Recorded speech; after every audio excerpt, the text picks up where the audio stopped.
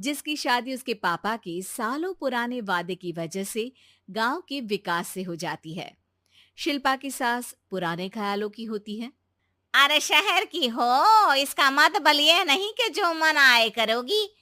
घर के कुछ नियम है जो तुम्हें भी मानने पड़ेंगे। हाँ। मम्मी, मुझे रीति रिवाज से कोई दिक्कत नहीं है, पर ऐसे नियम जिनका कोई मतलब ना बने, वो तो गलत है। हाय, देखो तो। अरे घर आए एक दिन पूरा नहीं हुआ और सास से जुबान लड़ाना भी शुरू। नहीं हो, बहू हो, अपनी हद में रहना सीख लो। हाँ। इतने में विकास भी वहां आ जाता है। माँ, मुझे लगता है शिल्पा को घर रहने की जगह दुकान चलना चाहिए। इसकी नई चीजों की समझ और सोच हमारे बिजनेस के लिए बहुत अच्छी रहेगी। बेटे की बात सुनकर माँ को बहुत गुस्सा आ जाता है। अच्छा, अरे बीवी के आते ही तेरे तो सुर बदल गए। अगर ये दुकान जाने लगी तो गांव में क्या इज्जत रह जाएगी हमारी है? लोग क्या कहेंगे? ये कहीं नहीं जाएंगे बस। हाँ। माँ के आगे और कुछ बोले बिना विकास वहां से चला जाता है और सास शिल्पा को घर के कामों में लगा देती है। उसी रात विकास और शिल्पा साथ बैठकर बातें कर रहे होते हैं।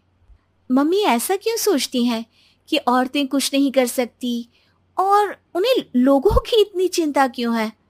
पापा की डेथ के बाद माँ ने दुकान संभालने की कोशिश की थी, पर लोगों ने उल्टी सीधी बातें सुनाकर उनका आत्मविश्वास इतना गिरा दिया कि वो कुछ कर ही नहीं पाई और सोचने लगी कि शायद औरतें ये सब कर ही नहीं सकती, इसलिए उनसे भी नहीं हुआ। लोगों की यही तो दिक्कत है, उन्हें अपने से ज्यादा दूसरे की जिंदगी में स्वाद आता है। वैसे लोग जिनसे डरते हैं ना, उन्हें ही तोड़ने की कोशिश करते हैं। आप फिक्र मत करो, मम्मी की सोच बदलने का तरीका है मेरे पास। और अगले ही दिन से शिल्पा अपनी सास की सोच बदलने और लोग क्या कहेंगे के डर को खत्म करने की जद्दोजहद में जुट जाती है। मम्मी, आपको पता है, गीता बबीता, अरे जिनके ऊपर दंगल फिल्म भी बनी है, मैं फिल्म बिल में नहीं देखती। हाँ। वो हरियाणा की लड़कियां हैं। दोनों रेसलर हैं। उन्होंने जब ये शुरू किया था ना, तो लोगों ने बहुत बातें बनाई, बुरा भला बोला, मजाक भी बनाया, लेकिन उन्होंने ना किसी की सुनी, ना अपने ऊपर से विश्वास खोया और ना ही हार मानी। और देखो आज किस मुकाम पर है। अरे तो ये सब मुझे क्यों सुना रही है? हाँ।